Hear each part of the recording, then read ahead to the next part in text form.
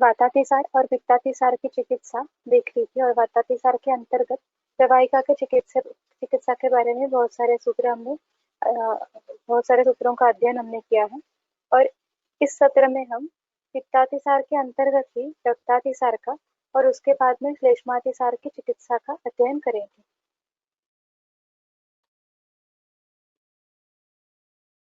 रक्तातिसार ऐसा अलग सा भेद निदान स्थान में अष्टांग हृदय में वर्णन नहीं किया है, तो इसका मतलब साफ है कि जैसे प्रवाहिका इस अवस्था का वर्णन वातातिसार के वर्णन के वक्त किया था ग्रंथकार ने, वैसे ही वो पित्तातिसार के अधिकरण में एक अवस्था स्वरूप रक्तातिसार का वर्णन कर रहे हैं।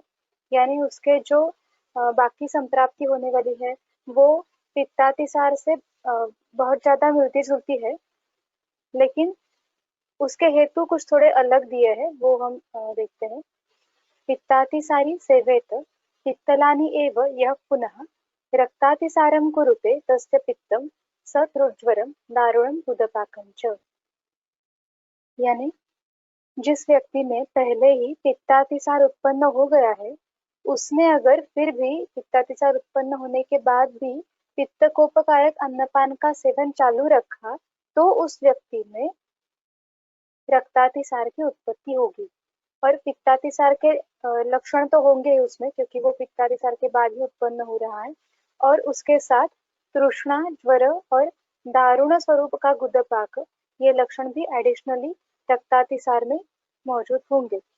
तो रक्तातिसार है इसलिए रक्त का सरण होना, गुदमार्ग से रक्त का सरण होना, ये लक्षण तो होगा ही, वो ऑब्वियस है, इसलिए उसका कथन नहीं किया है, निर्देश नहीं किया है।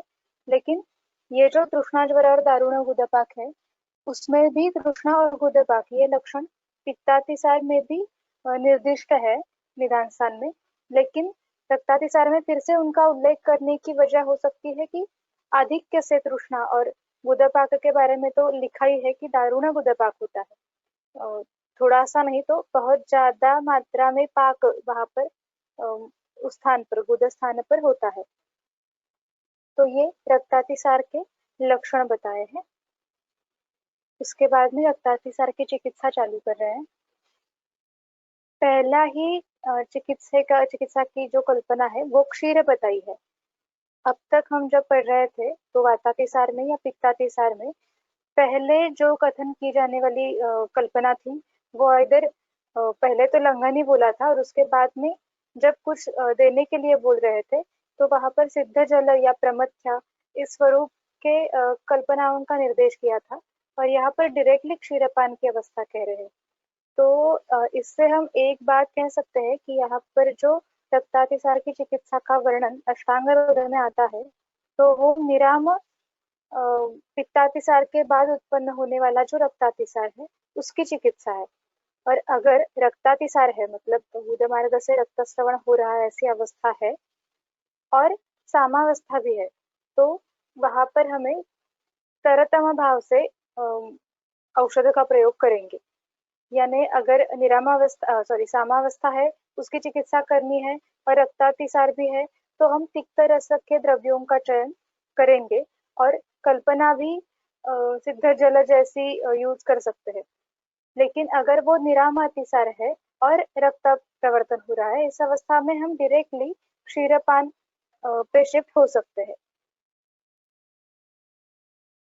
तत्र छागं पयोहितं पद्मोत्पलसमङ्गाभिः श्रुतं मोचरसेन च सारिवा यष्टि रोधैर्वा प्रसवैः वा वटादिजैः स क्षौद्रशर्करं पाने भोजने गुदसेचने।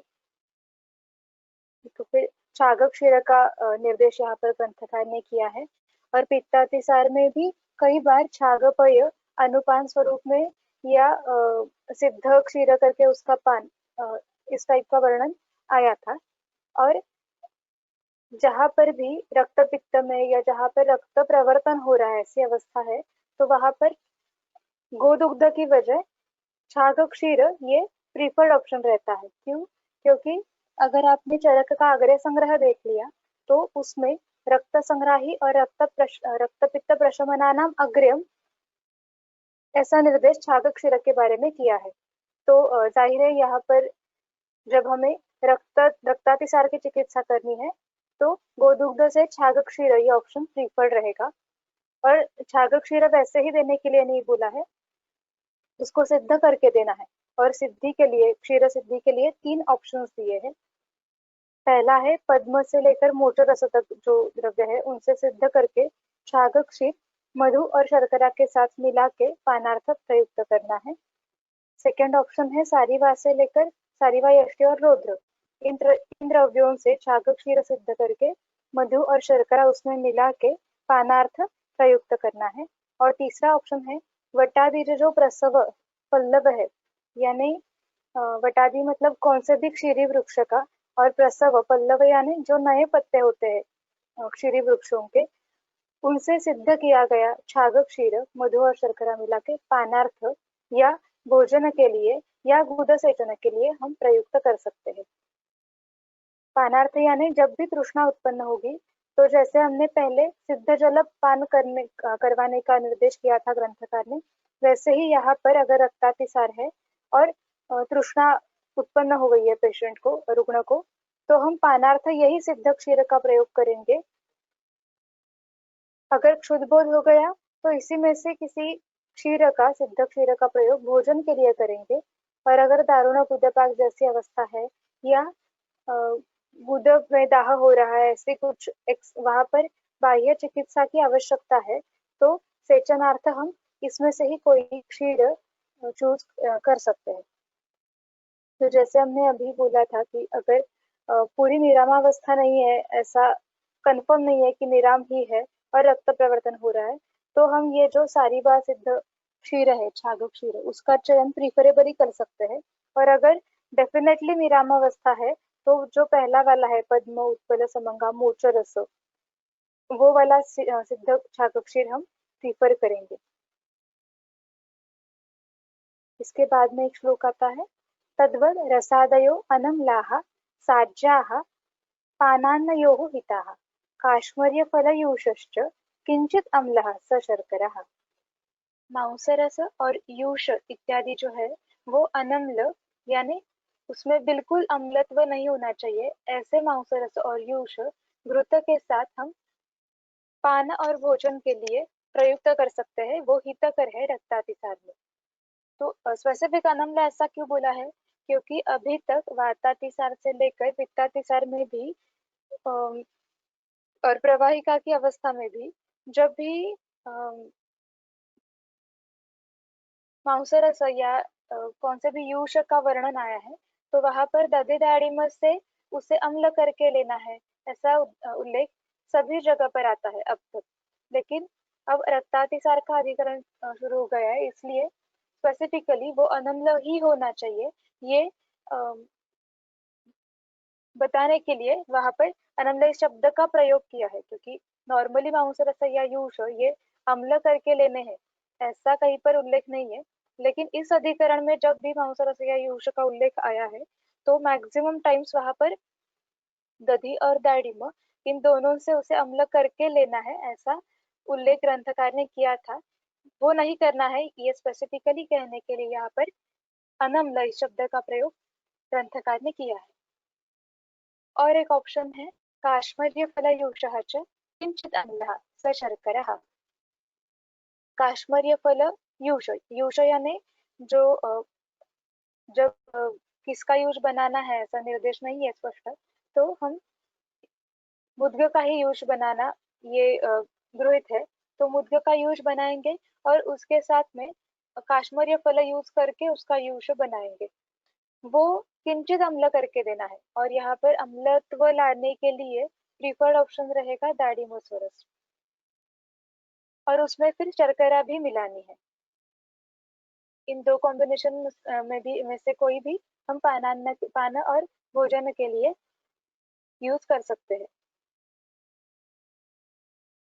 नेक्स्ट, कयसि अर्धोदके छागे ह्रीभेर उत्पलनागरैः पेया रक्तातिसारग्नि कृष्णिपर्णी रसान्विता प्राग्भक्तं नवनीतं वा लीयात् मधु सीतायुतम्।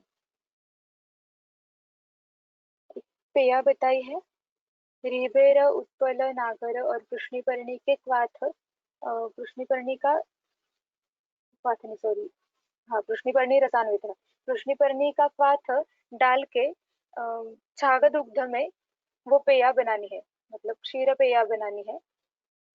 और उसका पान भी हम जैसे पहले मांस रस यूज या वो काश्मीरी फल यूज बताया था, उसी तरह से शुद्ध बोध होने के बाद कर सकते हैं रक्तातिसार में। और एक योग बताया है, प्रागभक्तम नवनीतम व लेह्यात मधुसितायुतम। अपान काल में खाना खाने से पहले लेहन के लिए नवनीत का प्रयोग बताया है। नवनीत मधु और सीता के साथ मिला के उसका लेहन करना है। और वो भी स्पेसिफिकली प्रागभक्त, क्यों? क्योंकि यहाँ पर अतिसार का अधिकरण चल रहा है। जो भी दोषों का प्रवर्तन हो रहा है, जो भी कुछ हो रहा है, वो अपान के क्षेत्र में हो रहा है। तो इसलिए अपान काल में हम नवनीत का प्रयोग करेंगे। नवनीत जो है उसके गुणधर्म अगर आपने 5वें अध्याय में, सूत्रसंग के 5वें अध्याय में देखिए, तो वो नवनीतम नवम वृष्यम शीतम वर्ण बल अग्निकृत संग्राही वात पित्ताश्रु क्षय अर्श अर्दित कासजित। वो अग्निकृत भी है, संग्राही भी है, पित्ताश्रु रक्त पित्त के लिए हितकर है, और शीत भी है, वृष भी है। बल और अग्नि दोनों का रक्षण करना है यहाँ पर हमें, और रक्त संग्रहण भी करना है, और रक्त पित्त के लिए हितकर ऐसा द्रव्य हमें चाहिए। तो इसलिए यहाँ पर नवनीत का निर्देश स्पेसिफिकली किया है, और सिर्फ नवनीत है, अ, उसका लेहन करना है मधुसिता के साथ।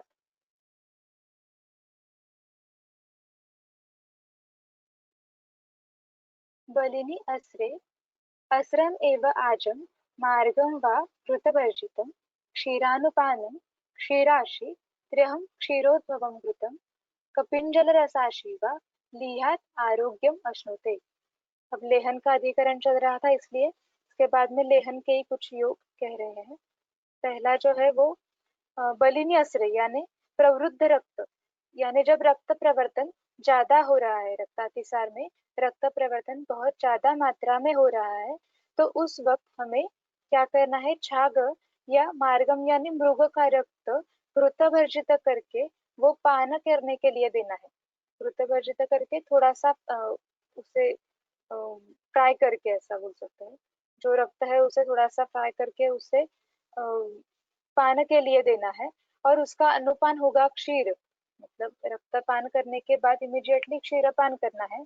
और जब तक ये योग हम दे रहे हैं तब तक भोजन के लिए पथ्य कारक क्या है, तो क्षीर। जब शुद्ध बोध हो जाएगा तो हमें क्षीर ही पिलाना है उस रुग्ण को। रक्त पित्त अधिकरण में भी ऐसे रक्तपान का निर्देश वहां पर भी है। तो जब भी बहुत ज्यादा मात्रा में रक्त शरीर से बाहर निकल रहा है, तो उस रक्त क्षय को वो रक्त क्षय जो हो गया है उसे रक्त से ही आपूरण करना है। और जैसा कि पहले से ही हम देख रहे हैं कि छाग ये जो प्राणी है उसका मानव के शरीर से बहुत ज्यादा साधर्म्य है। इसलिए जब भी मांस बोलते हैं, सॉरी रक्त बोलते हैं, तो ज्यादातर छाग का ही रक्त, और मांस बोलते हैं तो छाग का ही मांस यूज करने के लिए यूज करने का निर्देश ग्रंथ में बहुत बार आता है। तो वैसे ही यहाँ पर छाग या मृग रक्त घृतवर्जित करके उसका पान करने का निर्देश है। दूसरा जो योग है वो लेहन के लिए बोला है।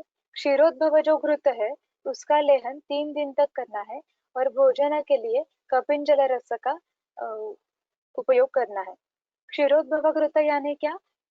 क्षीरक का मथन करके उससे जो नवनीत निकलता है डायरेक्टली, दही बना के फिर उसका नवनीत बनाना है, ऐसा नहीं करना है। डायरेक्टली क्षीर का बहुत ज्यादा मथन करके जो ऊपर नवनीत आता है, उसका क्रीम जो आता है, उसे डायरेक्टली अग्नि संस्कार करके जो घृत बनाते हैं, वो भी अगर हमने लेहन के लिए 3 दिन तक यूज कर लिया और कपिंजल रसाष्टन कर रहा है अगर वो रुग्ण, तो वो प्रवृद्ध रक्त जो है उसमें उपयुक्त हो सकता है, यानी बहुत ज्यादा मात्रा में रक्त प्रवर्तन है तो ये भी योग हम यूज कर सकते हैं।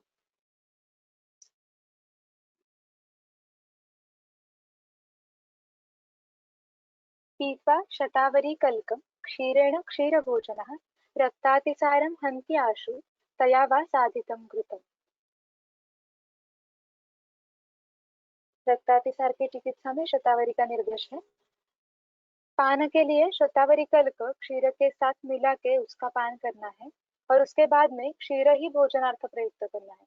देखो, पहले से जब रक्तातिसार का अधिकरण चालू हो गया है, तब से क्षीर आइदर एज अ प्रधान चिकित्सा द्रव्य और भोजन के लिए कौन सा भी अगर बाकी द्रव्य अगर आप यूज कर रहे हो, तो उसके साथ भोजन के लिए क्षीर ऐसा ही बता रहे हैं। तो इससे हम ये ध्यान में रख सकते हैं कि जब भी हमारे पास रक्तातिसार का रुग्ण आता है, तो आहार्य पथ्य जो है उसमें क्षीर ये बहुत ज्यादा पथ्यकारक द्रव्य है, तो उसका हमें रुग्ण को बताना चाहिए कि क्षीर उसे पान करना है। ऑब्वियसली निरामावस्था है या नहीं, इसका अनुमान करके ही हम क्षीर का पान करने के लिए बोलेंगे। और दूसरा ऑप्शन है शतावरी का ही दूसरा ऑप्शन है शतावरी सिद्धघृत। एकेरी शतावरी का सिद्धघृत जो है वो इस अवस्था में हम यूज कर सकते हैं। आगे जो है, लाक्षा नागर वैदेही कटुका दार्विवल्कलैः सर्पैः स इंद्रियवैः सिद्धं पेयामंडावचारितम् अतिसारं जयेत् शीघ्रं त्रिदोषम अपि दारुणम। त्रिदोष अतिसार में भी यूज कर सकते हैं, जो दारुण है उसमें भी यूज कर सकते हैं। दारुण त्रिदोष अतिसार में भी यूज कर सकते हैं, इसका मतलब बाकी अतिसार में भी यूज कर सकते हैं।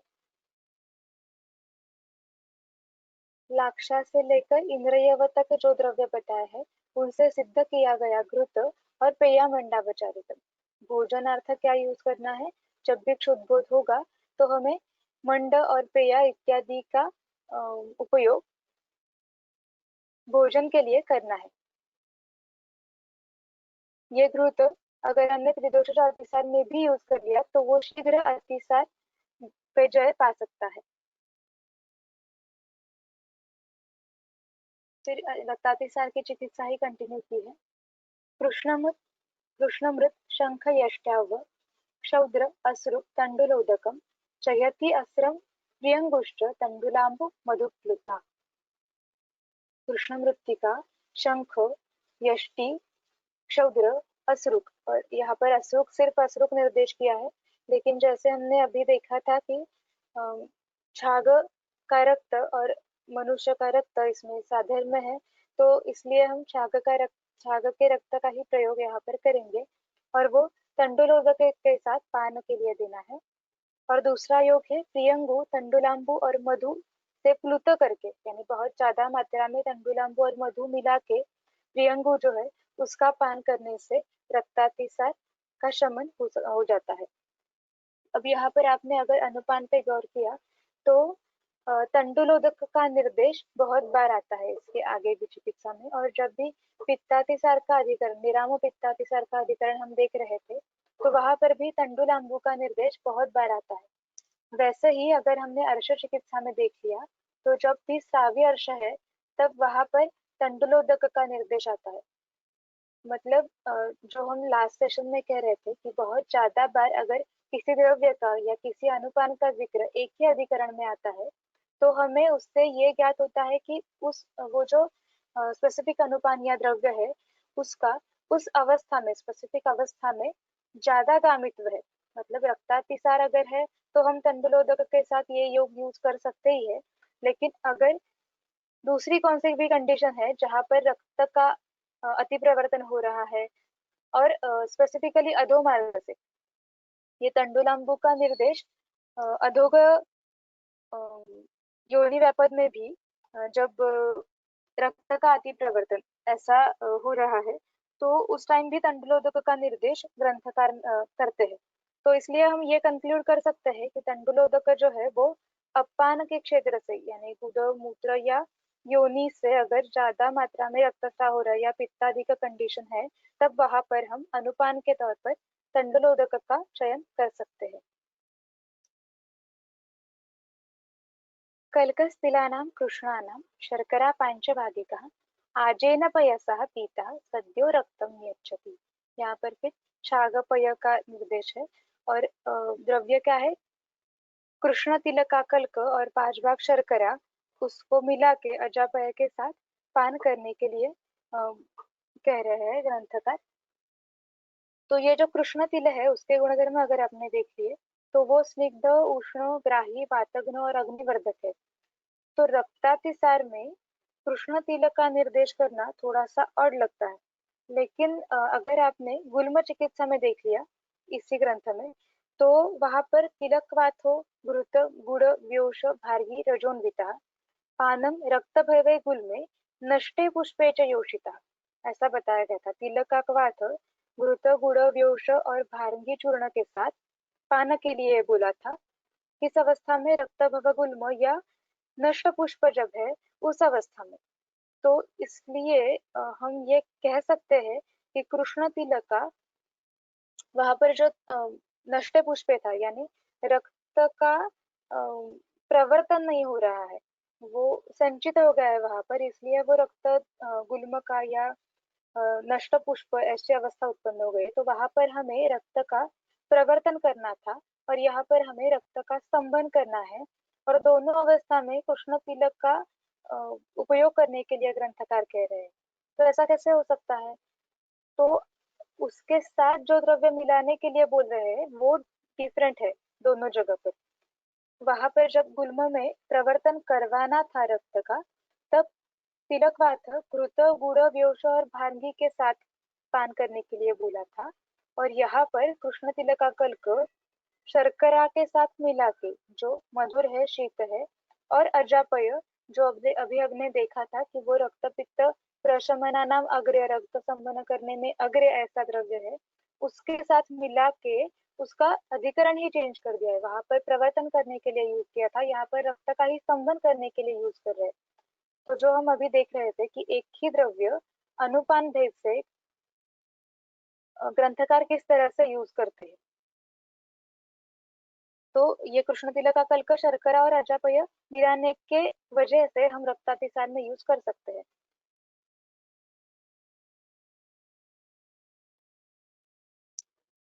पीत्वा स शर्कराक्षौग्रम चंदनम तंडुलांबुना तृष्णा दाह तृष्णा प्रमेहेभ्यो रक्तस्रावाच्च मुच्यते। चंदन का तंडुलांबू और शर्करा और मधु के साथ पान। देखो फिर तंडुलांबू का निर्देश आया है। शर्करा और मधु के साथ मिला के अगर हमने पान कर लिया तो रक्तस्रावाच्च मुच्यते, रक्तस्राव से तो मुक्त होता है रुग्ण, और दाह तृष्णा और प्रमोह इससे भी मुक्त होता है। जो रक्तातिसार के लक्षण स्वरूप में बताए थे उनमें भी ये चंदन जो एकेरी योग बताया उसका वो लाभदायी होगा। गुदस्य दाहे पाके वा सेकलेपा हिता हिमाहा। गुददाह और गुदपाक, यहाँ पर अगर आपको लक्षण याद होंगे तो रक्तातिसार के लक्षणों में दारुण गुदपाक इस लक्षण का उल्लेख आया था। तो इसलिए उसका स्पेसिफिक निर्देश करके लक्षण प्रत्यनिक चिकित्सा एक बता रहे हैं कि अगर गुददाह और गुदपाक है तो स्पेसिफिक उसी स्थान पर लेप या सेक करना कौन से भी शीत द्रव्य से ये हितकारक होगा। अगर आपने अष्टांग संग्रह में या चरक में भी देख लिया तो गुददाह और गुदपाक के लिए बहुत चिकित्सा का बहुत ज्यादा चिकित्सा द्रव्यों का निर्देश किया है वहां पर। आप उस ग्रंथ से वो देख सकते हैं, लेकिन पॉलिसी सेम है, शीत द्रव्यों का सेक या लेप ऐसा ही बताया है वहां पर भी। अभी रक्तातिसार में पिच्छावस्थी का निर्देश कर रहे हैं।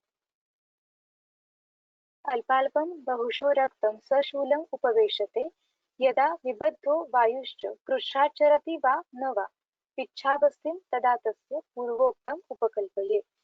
पूर्वोक्त जो पहले कथन किया था वैसा ही पिच्छावस्थी जो है वो कंसेप्ट हमने पित्तातिसार की चिकित्सा में विरामावस्था में देख ली थी। वहां पर भी हमने देखा था कि वो पित्तातिसार के अधिकरण में या जहाँ पर रक्त का प्रवर्तन ज्यादा हो रहा है वहां पर संबंध के लिए यूज कर सकते हैं। यहाँ पर स्पेसिफिक अवस्था की है, कथन की है। उपवेशन कैसा है? अल्पाल्प हो रहा है, थोड़ा थोड़ा हो रहा है, सशूल हो रहा है, और रक्तयुक्त बहुशः उपवेशन हो रहा है। रक्त के साथ ऐसा और बहुत बार उपवेशन मतलब प्रवर्तन हो रहा है। और वायु कैसा है, विबद्ध है, और इसलिए वो कृच्छ्रात संचरित है, कृच्छ्रात गमन कर रहा है, या बिल्कुल भी संचरण नहीं कर रहा है इस अवस्था में, और विबंध है। तो इस अवस्था में हम बस्ती का यूज करेंगे, और बस्ती में से पिच्छा बस्ती, ये इसका चयन करेंगे।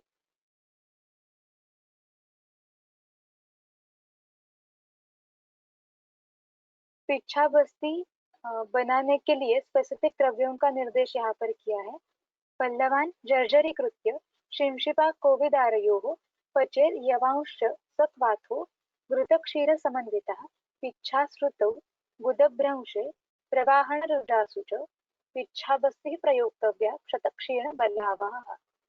पहले भी पिच्छाबस्ती का निर्देश, पिच्छाबस्ती की अवस्था का निर्देश किया था कि अल्पाल्प स रक्त उपवेशन हो रहा है और वात विबद्ध है। और अगर पिच्छा श्रुति है, गुदभ्रंश है, प्रवाहरण रुजा है, तो उस अवस्था में ये स्पेसिफिक पिच्छा बस्ती हम यूज करेंगे। क्वाथ कौन सा, किस द्रव्यों का बनाना है, तो शिंशिपा के पल्लव और कोवेदार पल्लव, उन्हें जर्जर करके उसमें यव भी मिलाना है और उसका क्वाथ करना है।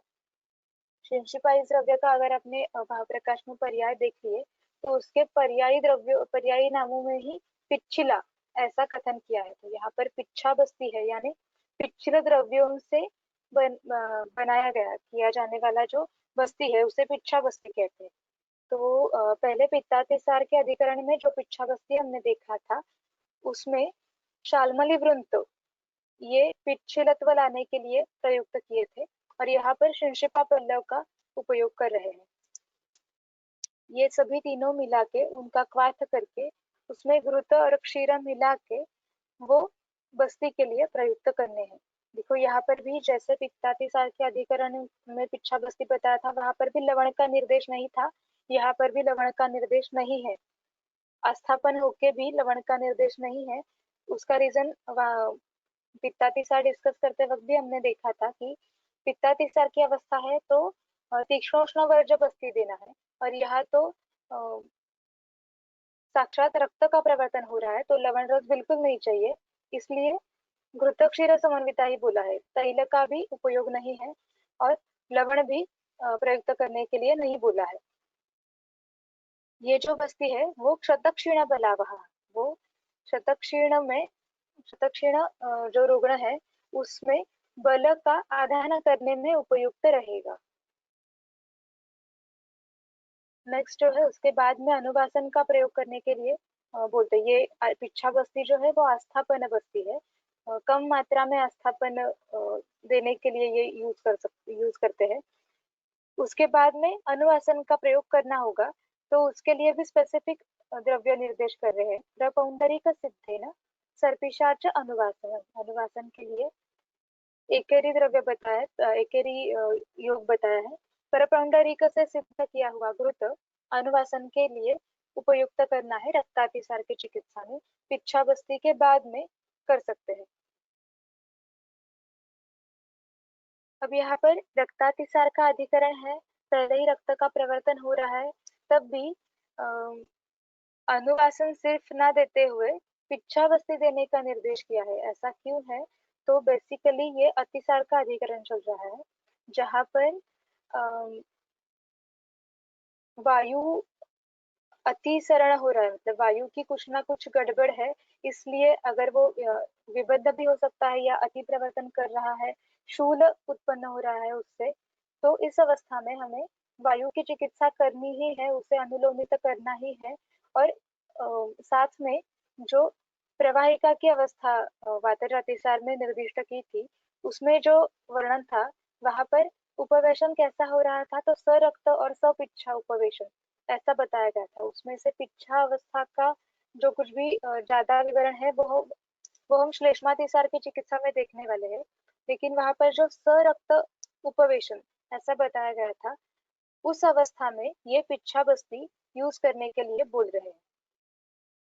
बाकी भी जो प्रवाहण रुजा वगैरह वगैरह है वो भी उत्पन्न है, तब भी हम पिच्छा बस्ती यूज करेंगे। अगर सिर्फ रक्त प्रवर्तन हो रहा है, पित्तातिसार की अवस्था है और वहां पर रक्त प्रवर्तन हो रहा है, तो हम पिच्छा बस्ती प्रयुक्त करेंगे या नहीं, वो निर्णय हम वात का उस संप्राप्ति में रोल कितना ज्यादा है उस पर निर्भर रखेंगे। और अगर उतना ज्यादा नहीं है तो बस्ती का प्रयोग नहीं करेंगे। अगर वात का ही प्राबल्य ज्यादा है तो ही हम बस्ती का प्रयोग करेंगे, और उसमें भी ये जो लवण वर्जित घृत क्षीर युक्त पिच्छिला ऐसा जो बस्ती है, पिच्छा बस्ती, उसका उपयोग हम चिकित्सा के लिए करेंगे। रक्तम विष सहितम पूर्वम पश्चाद वा यो अतिसार्यते शतावरीकृतं तस्य लेहार्थम उपकल्पयेत्। देखो, जो हम द्रव्य और अनुपान के बारे में सोच रहे थे, वैसा ही स्पेसिफिक कल्पना यानी लेहन के योग ही यहाँ पर ज्यादातर बता रहे हैं रक्तातिसार की चिकित्सा में।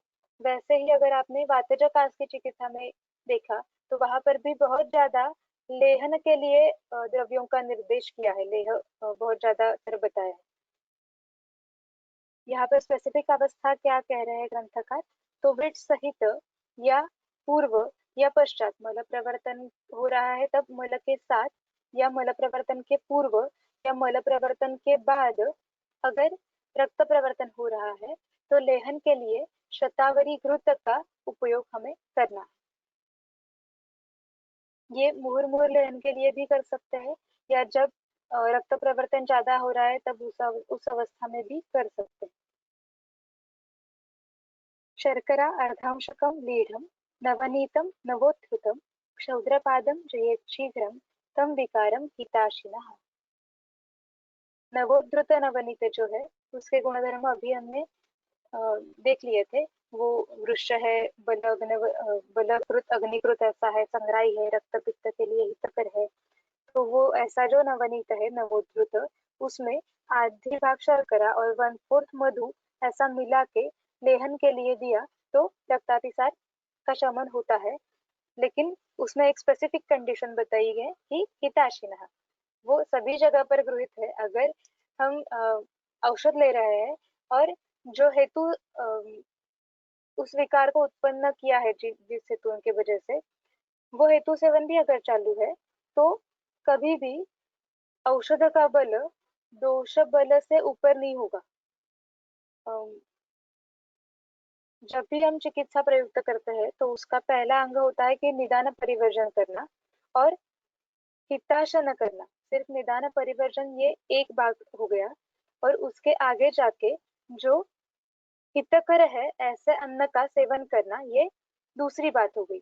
तो जो हिताशी है उस रुग्ण में अगर हमने नवोद्धृत नवनीत शर्करा और मधु के साथ मिला के लेहन के लिए दे दिया तो वो रक्तातिसार के शमन में अवश्य उपयुक्त रहेगा।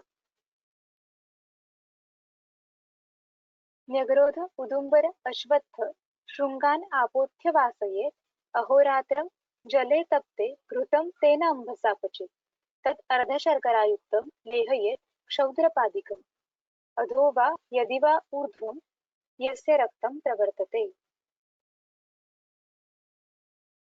ये अध या ऊर्ध्व भाग से भी अगर रक्त का प्रवर्तन हो रहा है, बेसिकली यहाँ पर रक्तातिसार की चिकित्सा कह रहे हैं, लेकिन यहाँ पर ये जो स्पेसिफिक योग है वो हम ऊर्ध्व मार्ग से प्रवृत्त रक्त अगर हो रहा है तो उसमें भी उपयुक्त कर सकते हैं। सिद्ध कृत्य बताया है एक, लेकिन उसके बनाने का विधि बहुत ही स्पेसिफिक है। न्यगरोध उदुम्बर अश्वत्थ ये तीनों के श्रृंग यानी अंकुर आपोथ्य, उनको आपोथन करके कुट्टन करके उनका वासयेत कहाँ पर रखने हैं, तो तपते जले अहोरात्रम वासयेत। अहोरात्र एक पूरी रात्र तक 24 आवर्स तक उसे तप्त जल में स्थापन करके रखना है। ये जो तीनों श्रृंग है, तीनों वनस्पतियों के अंकुर, उन्हें सिर्फ आपोतन करके तप्त जल में रखना है एक अहोरात्र के लिए। और वो जो जल होगा उससे सिर्फ घृत की सिद्धि करनी है। तो यहाँ पर उन द्रव्यों का सिर्फ वासन संस्कार अपेक्षित है।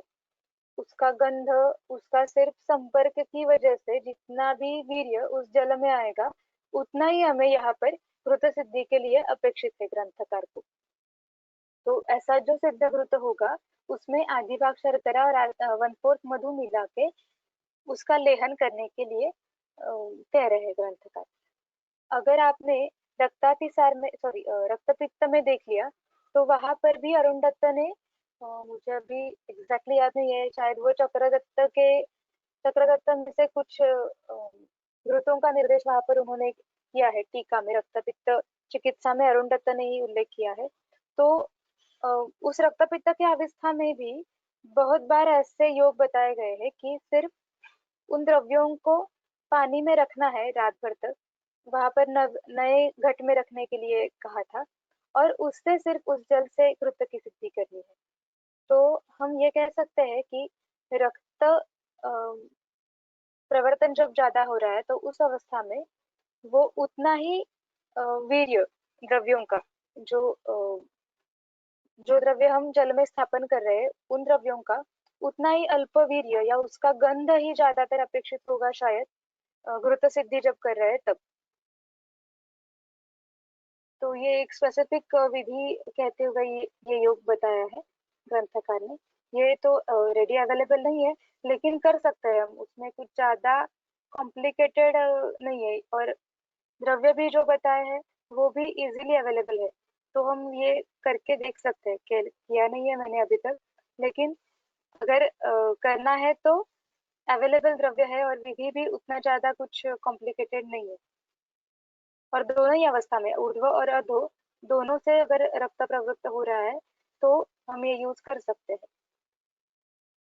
आगे यहाँ पर रक्तातिसार का अधिकरण समाप्त हो गया और श्लेष्मातिसार का अधिकरण प्रारंभ हो रहा है। श्लेष्मातिसारे वातोक्तम विशेषात आमपाचनम कर्तव्य। श्लेष्मातिसार में वातोक्त जो उपक्रम है वही यहाँ पर करने हैं, लेकिन विशेष रूप से आमपाचन करना है। तो फिर वही अ, दोषों के मान का अंदाजा लेके बहुदोष है या मध्य दोष है या अल्प दोष है वो तय करेंगे।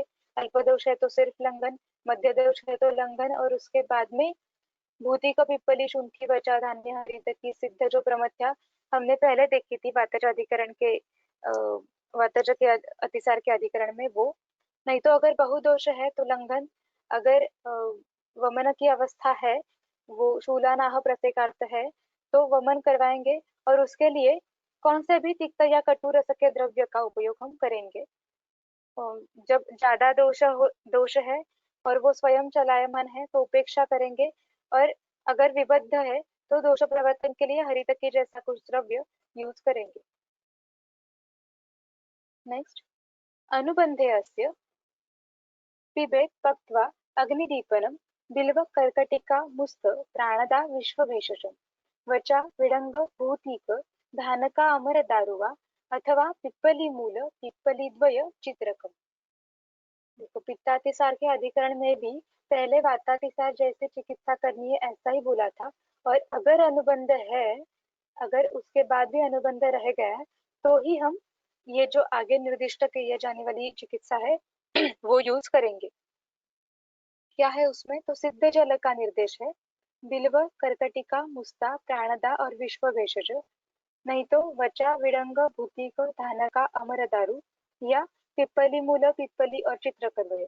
ये जो तीन ऑप्शन है उसमें से किसी से भी जल सिद्ध करके उसका पानार्थ उपयोग करने के लिए कह रहे हैं ग्रंथकार श्लेष्मातिसार में, अगर अनुबंध रह गया लंघन के बाद भी तो।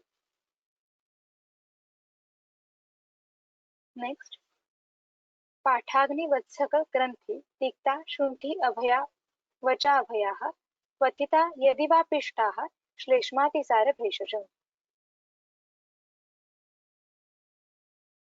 पाठा से लेकर अभया तक जो द्रव्य है उनका क्वाथ बना के या उसे पिष्ट करके कल्क बना के या चूर्ण बना के हम श्लेष्मातिसार में उसका उपयोग कर सकते हैं। नेक्स्ट, सौवर्चल वचा व्यूष हिंगु प्रतिविशा अभयाः पिबेत श्लेष्मातिसारार्थः चूर्णितः कोष्णवारिणा।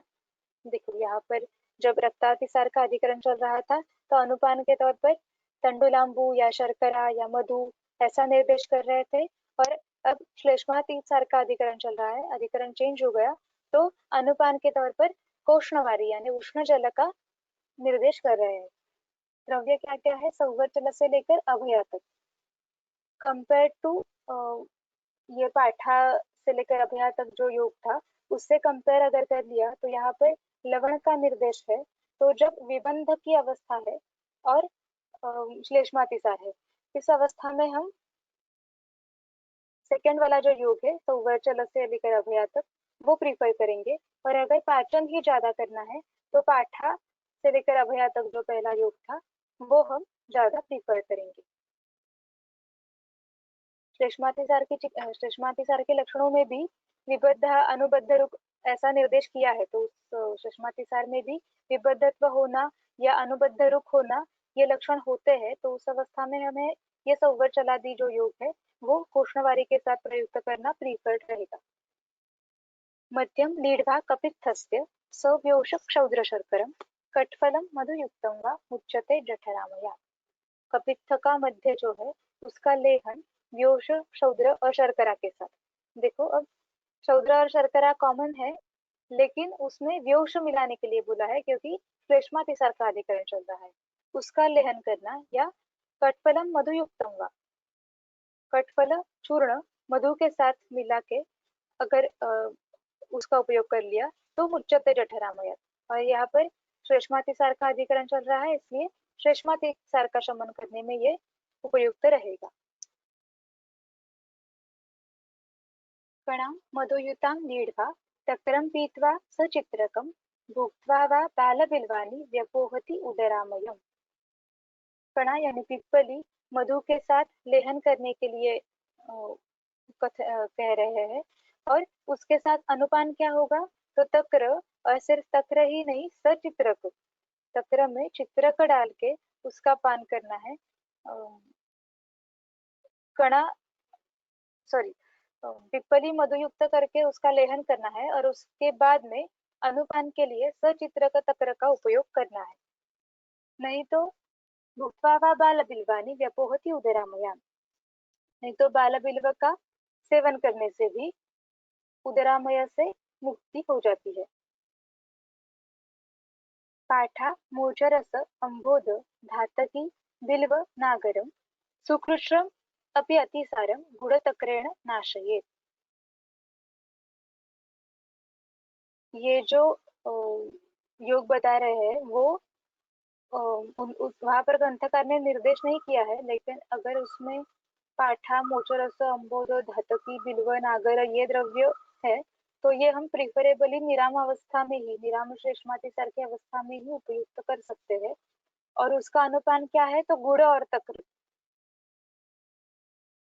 इसका पान करने से, इसका सेवन करने से सुकृष्म अपनी अतिसारम नाशय, जो बहुत ज्यादा कृष्ण है ऐसे अतिसार का भी नाश हो सकता है। आगे एक चूर्ण बता रहे हैं। यवानी पिप्पली मूल चातुर्जातक नागरैः मरीच अग्नि जल अजाजी धान्य संवर्चलैः समैः वृक्षाम्ल धातकी कृष्णा बिल्व दाडिम दीप्यकैः त्रिगुणैः त्रिगुणैः षड्गुणसितैः कपित्थ अष्टगुणैः कृतः चूर्णो अतिसार ग्रहणी क्षय गुल्म गलामयान् कास श्वास अग्निसाद हर्षः पीनस अरोचकान जयेत। यवानी से लेकर संवर्चल तक जो द्रव्य थे वो समभाग लेने हैं। उसकी जो भी मात्रा हो जाएगी उससे त्रिगुण वृक्षाम्ल से लेकर दीप्यक तक जो द्रव्य है उनका उनको मिलाना है।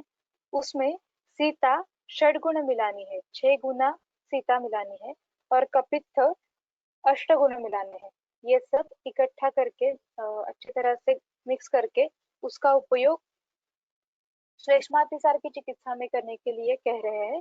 और अम, उसकी फलश्रुति भी स्पेसिफिक दी है। अतिसार ग्रहणी अग्निसाद अर्श अरोचक ये जो अग्नि से रिलेटेड व्याधि है उनमें भी उसका उपयोग करने के लिए बोला है। तो बेसिकली ये अग्निसाध की अवस्था में और जहाँ पर अध प्रवर्तन हो रहा है दोषों का उस अवस्था में संग्रहण के लिए यूज कर सकते हैं। इससे अग्निदीप्ति ज्यादा अच्छी तरह से हो जाएगी। और कास श्वास पीनस और गलामय, ये जो ऊर्ध्व भाग से प्रवृत्त होने वाले हैं, मतलब वायु की गति अगर विमूढ़ होके वो ऊर्ध्व भाग से प्रवर्तित हो रहा है, श्वास कास या श्वास या पीनस, इस तरह, तो उसमें भी, नहीं तो गलामय में भी, कंठ रोग जो बताए हैं उनमें भी इस चूर्ण का उपयोग हम कर सकते हैं। लेकिन जैसे हमने अभी कहा था कि ये श्लेष्मातिसार के अधिकरण में कह रहे हैं, तो इन सभी अवस्थाओं में अगर श्लेष्मा का प्राधान्य है तो हम ये चूर्ण ज्यादातर यूज करेंगे। और क्या बताया है, क्षय, क्षय यानी धातु क्षय, ऐसा भी हम कह सकते हैं। नहीं तो यह राजयक्ष्मा जो व्याधि है, जहाँ पर सभी धातुओं का क्षय होना ये एक लक्षण है, उस अवस्था में भी हम ये कल्प यूज कर सकते हैं। क्यों कर सकते हैं, बाकी तो सब जो है वो पाचन करने वाले या पाचन रूप लंघन यानी अपतर्पण करने वाले ही द्रव्य यहाँ पर निर्दिष्ट है। फिर भी क्षय इस अधिकरण में ये कल्प प्रयुक्त करने के लिए बोल रहे हैं, क्योंकि उसमें सीता जो है वो षड गुण है, 6 गुना सीता मिलाई है उसमें। इसके बाद में और एक चूर्ण का निर्देश किया है, और उसके बाद ग्रंथकार ने अधिकरण चेंज किया है। वहां पर वो क्षीणे श्लेष्मणि, श्लेष्मा जब क्षीण हो गया है, बहुत कम हो गया है, उस अवस्था की चिकित्सा बता रहे हैं। तो हम यहाँ पर ये कह सकते हैं कि जब भी श्लेष्मा का क्षय हो गया है शरीर में से, श्लेष्मातिसार तो उत्पन्न है ही, और वो सश्लेष्म मल प्रवर्तन होने की वजह से शरीर में से श्लेष्मा का क्षय हो गया है, तो उस अवस्था में हम ये चूर्ण ज्यादातर यूज कर सकते हैं। और सीता षडगुण होने की वजह से धातु बलक का भी रक्षण होगा, और स्पेसिफिकली अच्छा कफ उत्पन्न हो, जैसे कि सीतोपलादि चूर्ण में हमने देखा, पढ़ा होगा कि बाकी सब जो है वो उष्ण वीर्य वाले, पाचन करने वाले, दीपन करने वाले द्रव्य है, और उनके साथ सीता, ये कॉम्बिनेशन सीतोपलादि चूर्ण में आता है, और उसका भी अधिकरण क्षय, राजयक्ष्मा भी राजयक्ष्मा ही है। उसी तरह से लॉजिक लगा के हम ये चूर्ण इस अधिकरण में, श्लेष्मातिसार के अधिकरण में, अगर बल रक्षा करनी है और श्लेष्मा का अति प्रवर्तन हो गया है, उसकी वजह से शरीर में श्लेष्मा का क्षय हो गया है, उस अवस्था में प्रयुक्त कर सकते हैं। और गुल्म में भी प्रयुक्त करने के लिए बोला है।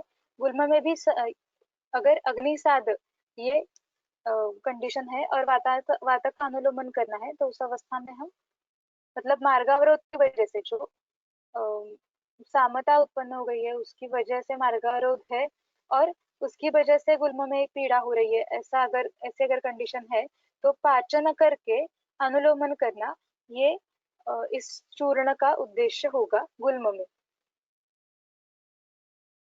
नेक्स्ट, कर्षोन्मिता तव क्षीरी चातुर्जातम द्विकार्षिकम यवानी धान्यक अजाजी ग्रंथि व्योषम पलांशकम फलानि दाडिमात् अष्टौ सीतायाश्च एकतः कृतः गुणैः कपित्थाष्टकवच्चूर्णो अयं दाडिमाष्टकः भोज्यो वातातिसारोक्तैः यथावस्थं खलादिभिः। ये भी चूर्ण ही है।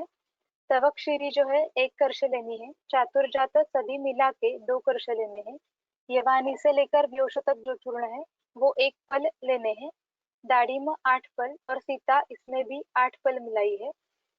इसकी फलश्रुति जो है वो अभी हमने जो कपित्थाष्टक चूर्ण देखा उसके जैसी ही है, और इस चूर्ण का नाम है दाड़िमाष्टक चूर्ण। तो जिस अवस्था में हमने कपित्थाष्टक चूर्ण यूज किया था, उसी अवस्था में हम ये दाड़िमाष्टक चूर्ण भी यूज करेंगे। इसमें भी सीता 8 फल है, तो वही लॉजिक लगा के धातु बल की रक्षा करनी है, अच्छे श्लेष्मा की उत्पत्ति करनी है, उस अवस्था में हम ये दाड़िमाष्टक चूर्ण श्लेष्मातिसार में उपयुक्त करेंगे। और उसके लिए पथ्य क्या बताया है, तो भोज्यो वातातिसारोक्त ही यथावस्थम खलादि, जो वातातिसार में खल कल्पना हमने देखी थी, वहां पर 2 खल बताए गए थे। खल यानी व्यंजन स्वरूप में भोजन में प्रयुक्त करने वाले एक कल्पना विशेष है। तो उसके साथ जो वातातिसार में कहे गए हैं खल, उसके साथ अवस्थानुरूप हमें ये दाढ़ी मस्तक चूर्ण उपयुक्त करना है, श्लेष्मातिसार की चिकित्सा में। फिर श्लेष्मातिसार की चिकित्सा में भी एक स्पेसिफिक खल कह रहे हैं। स विडंगः स मरीचः स कपित्थः स नागरः चांगेरी तकर कोलाम्लः खल श्लेष्मातिसारजित। विडंग, मरीच, कपित्थ, नागर ये सब मिला के उसमें चांगेरी, तक्र और कोलाम्ल ये मिक्स करके उसमें अम्लत्व लाया गया है। ऐसा जो खल है ये सब मिला के अच्छे से घोल के जो खल बनाया जाएगा वो स्पेसिफिकली श्लेष्मातिसार के अधिकरण में हम उपयुक्त कर सकते हैं।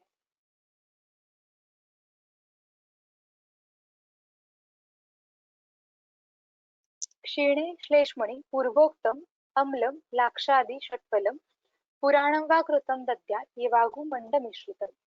देखो मैंने अभी कहा था कि इसके बाद में ये दो चूर्ण के निर्देश करने के बाद में क्षीणे क्षीणे श्लेष्मणि ऐसा अधिकरण ही चेंज करें, मतलब श्लेष्मा जब क्षीण है उस अवस्था में हम क्या क्या कर सकते हैं, इसका निर्देश आता है। तो कौन कौन से ऑप्शंस है, पहले तो घृत ही यूज करना है और घृत सिद्धि के लिए कौन कौन से ऑप्शन है, तो पूर्वोक्त अम्ल घृत यानी वातजातिसार में जो गुदभ्रंश और गुदरुजा की अवस्था में दो तीन अम्ल द्रव्यों से सिद्ध घृत का निर्देश किया गया था वो हम यहाँ पर यूज कर सकते हैं। नहीं तो लाक्षादिघृत जो अभी हमने देखा था, लाक्षा पिप्पली नागर वगैरह से सिद्ध किया गया, रक्तातिसार के अधिकरण में जो कथन किया था वो घृत यूज कर सकते हैं। वहां पर उसका अधिकरण कहते वक्त त्रिदोषम अपि दारुणम अतिसारम सद्या अंति ऐसी फलश्रुति बताई थी लाक्षादि घृत की, उस घृत का निर्देश यहाँ पर किया है। और षटफल घृत जो यक्ष्मा में कहा गया है, यहाँ पर श्लेण श्लेष्म ऐसी अवस्था है, तो इसलिए अगर दूसरे किसी व्याधि के अधिकरण में से हम द्रव्य चूज करने वाले हैं तो वो आइडियली यक्ष्मा ही होगा क्योंकि वहां पर यही कंडीशन होती है। नहीं तो पुराण घृत ये भी हम उपयुक्त कर सकते हैं क्षीण श्लेष्म इस अवस्था में। इसकी मात्रा अग्निबल के हिसाब से हम तय करेंगे और उसके बाद में यवागुमंड मिश्रित सॉरी उसे यवागुमंड के साथ मिश्रित करके देना है। घृतपान करके फिर उसके ऊपर यवागुमंड पान करना है या उसे इकट्ठा मिला के भी पान कर सकते हैं, यवागुमंड में ही घृत डाल के उसका पान कर सकते हैं। अभी श्लेष्मातिसार की चिकित्सा में भी स्पेसिफिक पिच्छावस्थी का निर्देश आता है। वातश्लेष्म विबंधे वा स्रवत्यति कफे अपि वा शूले प्रवाहिकायां वा पिच्छावस्थी प्रशस्यते वचा बिल्व कणा कुष्ठ शता वा लवणान्वितः। वातश्लेष्म विबंध ये अवस्था है, कफ का अतिश्रवण हो रहा है, शूल है और प्रवाहिका है, इस अवस्था में ही हम श्लेष्मातिसार में पिच्छावस्थी का प्रयोग करेंगे। और जो पूर्वोक्त पिच्छावस्थी था अभी हमने रक्तातिसार की चिकित्सा में देख लिया था, वो शिंशिपाक को वेदार पल्लव से सिद्ध किया गया, उसमें ही कुछ मॉडिफिकेशंस बताए हैं। उसमें वचादि कल्क ऐड करना है, यानी वचा बिल्व कणा कुष्ठ शताभा इसका कल्क ऐड करना है और लवण ऐड करना है। अब तक हमने जब पित्तातिसार और श्लेष्मातिसार के अधिकरण में पिच्छावस्थी का निर्देश किया था ग्रंथकार ने, तब वहां पर स्पेसिफिकली निर्लवण कहा था, वहां पर लवण का बिल्कुल भी उपयोग नहीं किया था। और यहाँ पर पिच्छावस्थी ही कह रहे हैं, अवस्था वही है जब शूल है, प्रवाहिका है, वातश्लेष्मा का विबंध है और कफ का अतिश्रवण हो रहा है, उस अवस्था में श्लेष्मातिसार है, इसलिए लवण का प्रयोग पॉजिटिवली करने के लिए ग्रंथकार ने कहा है। तो ये सूक्ष्म सूक्ष्म भेद है, पिच्छावस्थी कह रहा है सभी जगह पर, लेकिन उसमें अधिकरण वशात सूक्ष्म भेद करके पिच्छावस्थी का प्रयोग कर रहे हैं।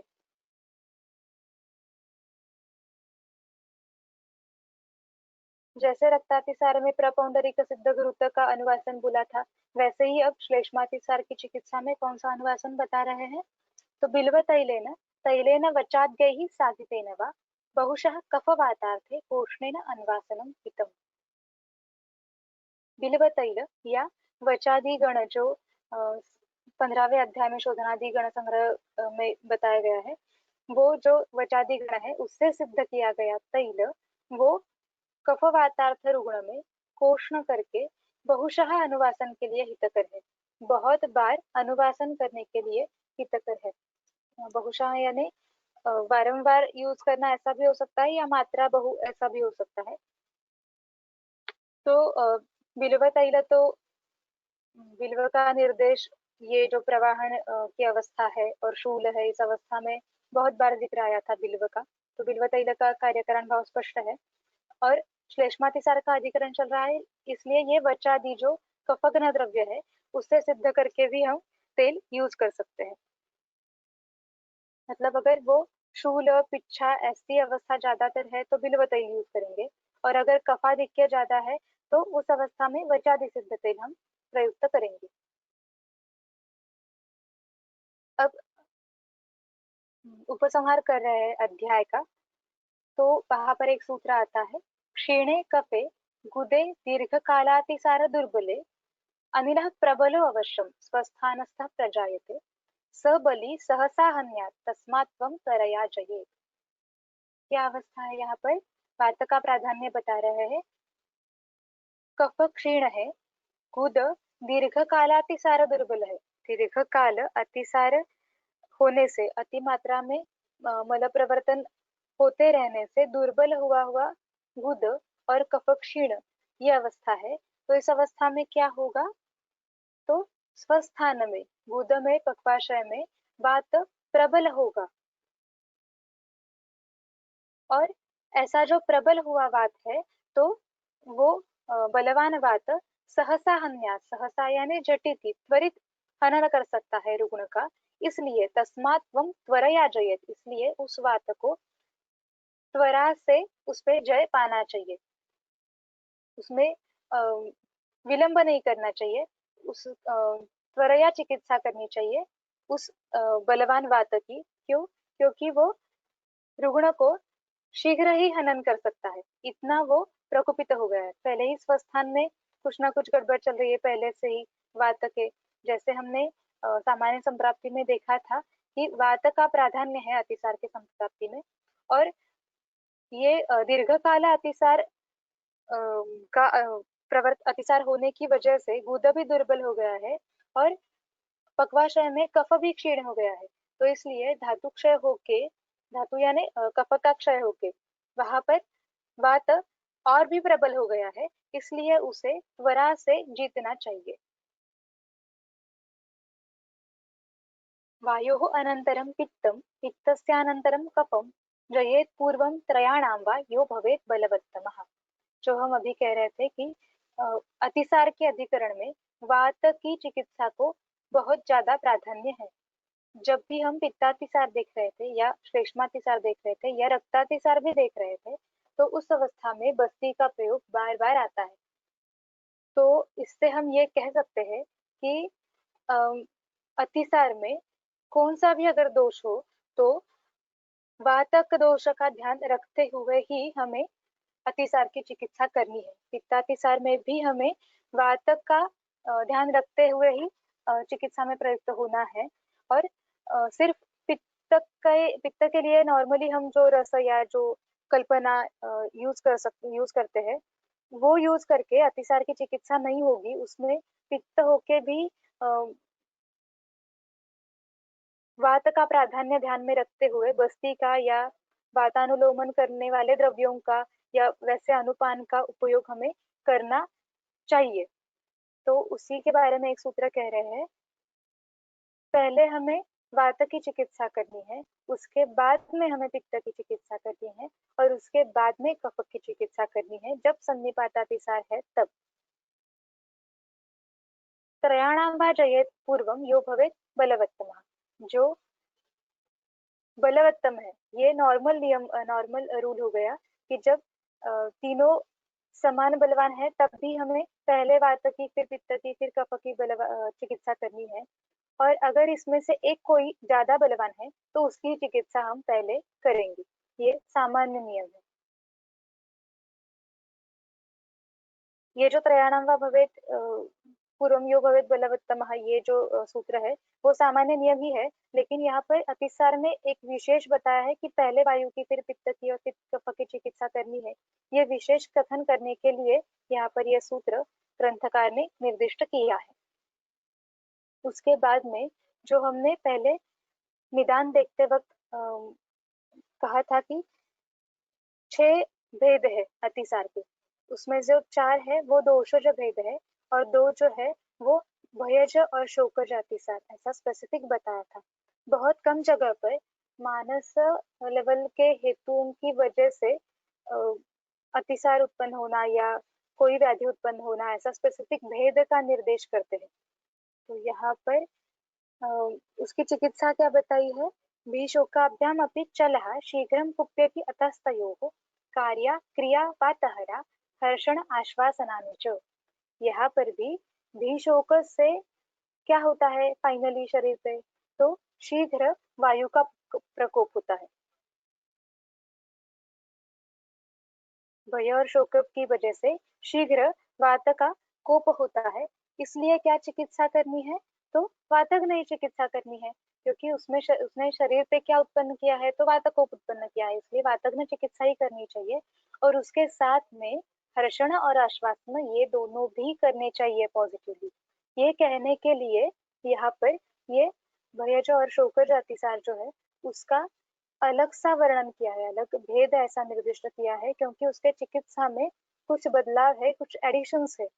अगर हमने अम, ये ग्रंथकार ने भयज और शोकज अतिसार ऐसा स्पेसिफिक अधिकरण स्पेसिफिक भेद नहीं किया होता तो हम वातेज की ही चिकित्सा करते, क्योंकि उसमें जो दिखाई देने वाले लक्षण हैं शरीर पर वो वातेज अतिसार के ही होंगे और वातेज अतिसार की चिकित्सा से उसका शमन भी हो जाएगा, लेकिन उसका पूरा उपशम नहीं होगा जब तक हम ये हर्षण और आश्वासन चिकित्सा नहीं करते। तब तक लाक्षणिक उपशय शायद मिल जाएगा वातज्ञ चिकित्सा से, लेकिन पूर्ण उपशम हो गया व्याधि का ऐसा बिल्कुल नहीं होगा जब तक हम हर्षण और आश्वासन ये चिकित्सा पॉजिटिवली प्रयुक्त नहीं करते तब तक। इसलिए भयज और शोकज ये जो 2 भेद बताए गए हैं वो सेपरेटली कथन किए हैं, क्योंकि उसकी अवस्था में ये एडिशन करनी पड़ती है। तो ये हर्षण और आश्वासन मतलब क्या करना है और भी और शोक मतलब क्या स्पेसिफिकली? तो इष्ट वियोग जनित दुखानुगुण चित्त वृत्ति ऐसा शोक का वर्णन अमर कोश में आता है। शोक यानी क्या? जो इष्ट है, जो उसका वियोग हो जाना, जो भी वांछित है, जो भी इच्छित है और मेरे लिए हितकर है ऐसा हमें लग रहा है, उसका वियोग हो जाना और उसकी वजह से जो दुख उत्पन्न होता है उसे शोक कहते हैं। तो शोकशल्य जो है उसका हरण करने के लिए क्या करना चाहिए? तो सुश्रुत में एक श्लोक आता है, शोकशल्यम हर्षण न चाहिए। हर्षण करना यही शोकशल्य के उत्पाटन का एक उत्पाटन की एक चिकित्सा है।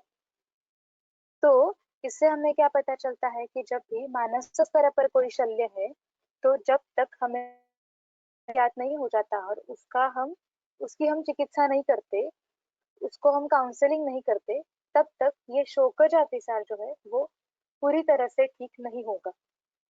ऐसा प्रैक्टिकली हमें बहुत बार देखने के लिए मिलता है कि किसी प्रिय व्यक्ति का वियोग हो गया, मृत्यु हो गया, या कुछ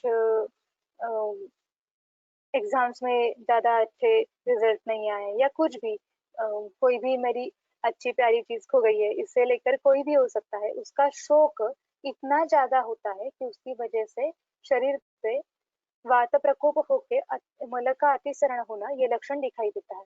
तो हम उस अवस्था में वातज्ञ चिकित्सा करेंगे, लेकिन उसमें एक ध्यान में रखना चाहिए कि ये निज दोषों से उत्पन्न होने वाला अतिसार नहीं है। तो उसमें सामावस्था की चिकित्सा नहीं करनी पड़ेगी, डायरेक्टली हमें निरामावस्था पे ही शायद शिफ्ट होना पड़ेगा। अगर बाकी भी कुछ हेतु है भय और शोक से अतिरिक्त, और भी अगर कोई हेतु है तो आमावस्था उत्पन्न हो सकती है, तो उस अवस्था में हम आमावस्था की चिकित्सा ही पहले करेंगे। लेकिन प्रोबेबिलिटी ऐसी भी है कि अगर सिर्फ शोक से उत्पन्न इमिडिएटली उत्पन्न होने वाला जो अतिसार है उसमें हमें सिर्फ हर्षण या निराम वातघ्न चिकित्सा जो है वो प्रयुक्त करने से भी उपशम हो सकता है।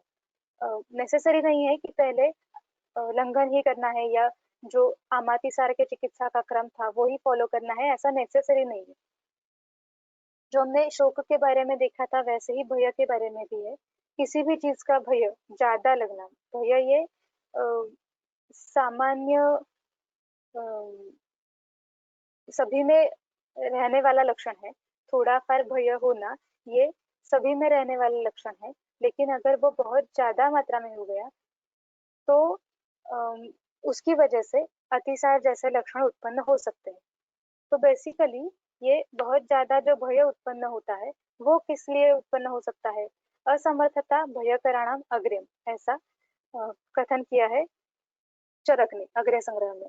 तो ये इस रुग्ण को हम जो चिकित्सा कर रहे हैं तो उसमें भय ये कारण है, ये तो हमें पता चल गया, लेकिन अगर हमें उसकी अच्छी चिकित्सा करनी है तो उसका कारण, भय का कारण भी हमें ज्ञात होना चाहिए। वो हमें पेशेंट से बात करके वो हमें ज्ञात कर लेना चाहिए कि ये जो भय है वो किस वजह से, किस असमर्थता की वजह से उत्पन्न हो रहा है। तो वो जो असमर्थता उसको फील हो रही है कि ये मैं नहीं कर सकता इसलिए मुझे उससे डर लगता है, ये टिपिकली एग्जाम्स के टाइम या रिजल्ट के टाइम, या कई लोगों को मॉब का फोबिया होता है जब भी प्रेजेंटेशन करना है, टीम को लीड करते वक्त जब प्रेजेंटेशन करते हैं, ज्यादा लोगों के सामने बोलना होता है, समूह में कुछ बात कहनी होती है, तो उस वक्त भय की वजह से अतिसार उत्पन्न होना ये प्रैक्टिकली हमें बहुत बार देखने के लिए मिलता है। तो उसकी चिकित्सा, बेसिक चिकित्सा क्या है? जो वो असमर्थता है उसकी वजह से जो भय उत्पन्न हो रहा है वो असमर्थता उसकी समर्थता बन जाए, इसलिए हमें उसे काउंसलिंग करना पड़ेगा, और वही आश्वासन चिकित्सा है, हर्षण चिकित्सा है, तुम ये कर सकते हो, ऐसा विश्वास उसे दिलाना चाहिए। और ये वही ये भय जातिसार का चिकित्सा होगी। अब विगत अतिसार की लक्षण कह रहे हैं। यस्योच्चारात् विना मूत्रं पवनो वा प्रवर्तते दीप्ताग्नेः लघुकोष्ठस्य शान्तः तस्य उदरामयः। बिना उच्चारण यानी बिना अ, उपवेशन मूत्र या अधोवात प्रवर्तन होना, ये विगत अतिसार का लक्षण है। और क्या है? अग्निदीप्ति, ये तो बेसिक है, जहाँ से हमने शुरू किया था वो अग्निमांद्य से शुरू हुआ था, सब कुछ जो संप्राप्ति थी वो। तो पूरी संप्राप्ति भंग हो गई है, इसका निर्देशक क्या होगा? तो अग्निदीप्ति। और अग्नि का परीक्षण हम कैसे करेंगे? तो जरण शक्ति से करेंगे। जरण शक्ति का अंदाजा लेते हुए हम अग्निदीप्त है या नहीं, ये प्रश्न परीक्षा से पूछ सकते हैं। या जो लक्षण हमें शरीर पर दिखाई देंगे, जैसे कोष्ठलाघव प्रचिति, ये भी अगर उत्पन्न है तो उस रुग्ण को हम विगत अतिसारी ऐसे कह सकते हैं। शांतस्य उदरामय, उसका उदरामय अतिसार शांत हो गया है, शमन हो गया है, ऐसा डिक्लेयर कर सकते हैं। यानी कब तक चिकित्सा करनी है? तो ये सब लक्षण जब तक उत्पन्न नहीं होते तब तक हमें अतिसार की चिकित्सा करनी है। यहाँ पर अतिसार का अधिकरण समाप्त होता है। इति श्री वैद्यपति सिंहगुप्त सूनु श्रीमद् वाग्भट विरचितायां अष्टांगहृदय संहितायां चतुर्थे चिकित्सित स्थाने अतिसार चिकित्सितम नाम नवमो अध्यायः। यहाँ पर हमने अतिसार का अधिकरण समाप्त कर लिया और आगे हम ग्रहणी का अधिकरण चालू करने वाले हैं। तो अगर किसी को कुछ शंका है तो चैट बॉक्स में आप डाल सकते हैं।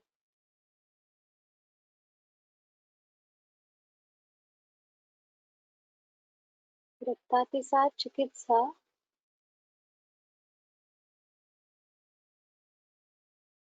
युक्ति से हम कहाँ यूज कर सकते हैं?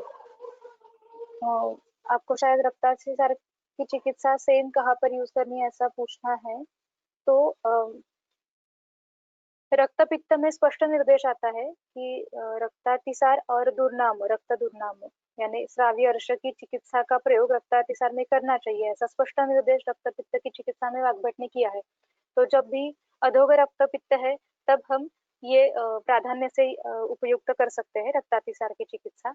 और जैसे हमने अभी देखा था कि एक योग जो घृत योग बताया था, वो उसमें स्पेसिफिक ऊर्ध्व और अधो रक्त के लिए भी उपयुक्त करने के लिए बोला था वो योग। तो वैसे अगर घृत का निर्देश है रक्तातिसार की चिकित्सा में तो हम ऊर्ध्व रक्तपित्त में भी वो उपयुक्त कर सकते हैं।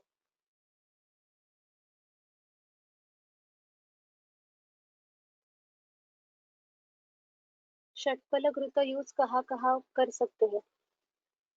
षटफल घृत जैसे हमने अभी देखा था कि वो श्लेष्म क्षीण इस अवस्था में अगर हमें बल रक्षण करते हुए मतलब पाचन भी करना है, दीपन भी करना है, श्लेष्मा की चिकित्सा भी करनी है और क्षीण श्लेष्म जो है उससे उस अवस्था में यूज करनी है अगर, तो षटफल घृत यूज कर सकते हैं। वहां पर स्पेसिफिक अवस्था का निर्देश आया था।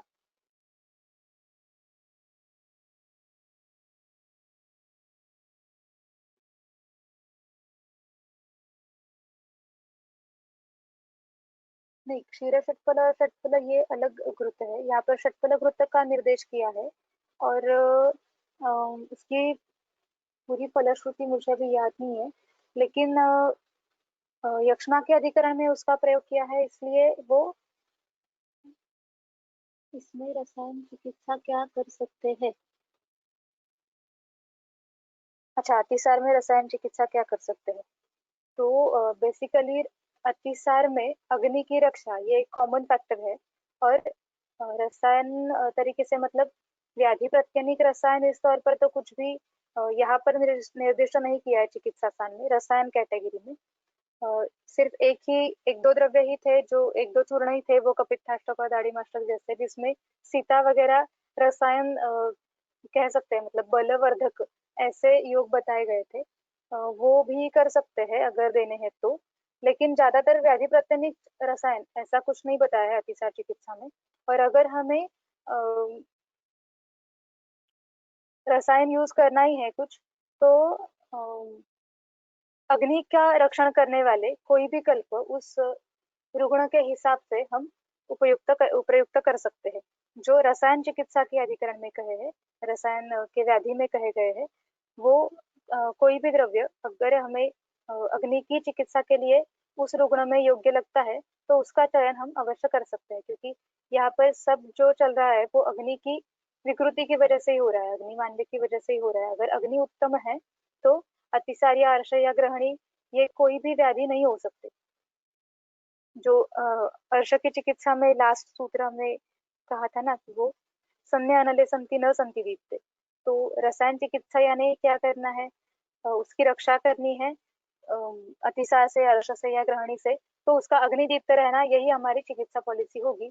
और उसके लिए अग्निदीप्ति करने वाले कोई भी योग हम यूज कर सकते हैं। प्रैक्टिकली मैंने अतिसार के पेशेंट में कभी कोई रसायन का प्रयोग नहीं किया है अभी तक, क्योंकि जो अतिसार के रुग्ण हमारे पास आते हैं वो टिपिकली अतिसार व्याधि के होते हैं, ऐसा बहुत बार नहीं होता है। वो अजीर्ण का एक लक्षण लेके अतिसार ऐसा होता है, तो वो 2-4 दिन में 8-10 दिन तक वो पूरा पाचन होके अग्निदीप्ति ऐसा हो जाता है। तो उस अवस्था में रसायन चिकित्सा का कभी उपयोग मैंने नहीं किया है। लेकिन अगर ग्रंथ में जो क्लासिकल कह रहे हैं उस टाइप का अगर अतिसार है कि उसकी वजह से ये धातुक्षय उत्पन्न हो रहा है या इतना रक्त का अतिसरण हो रहा है और धातुक्षय हो गया है, तो उस अवस्था में रसायन चिकित्सा का उपयोग हमें करना चाहिए और वो रसायन चिकित्सा के अधिकरण से चयन करना पड़ेगा। Can we use बिला एज रसायन? क्या लिखा है मुझे?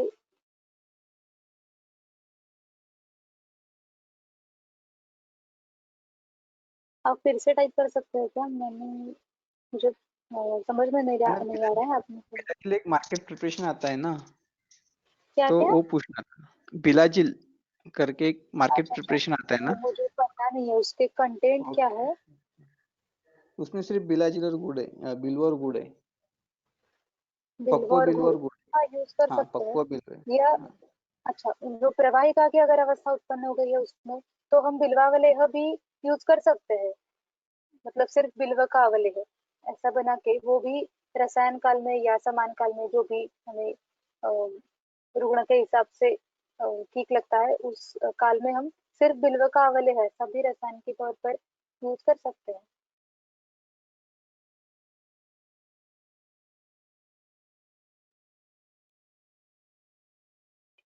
कुछ क्वेश्चंस नहीं है तो हम ये सेशन यहीं पर समाप्त करते हैं। इसके आगे संडे को जो लेक्चर होगा उसमें हम दोषगति के बारे में वैद्य जितेंद्र तपस्वी के साथ अध्ययन करेंगे और उसके डिटेल्स सैटरडे को ग्रुप पे शेयर किए जाएंगे। Thank you.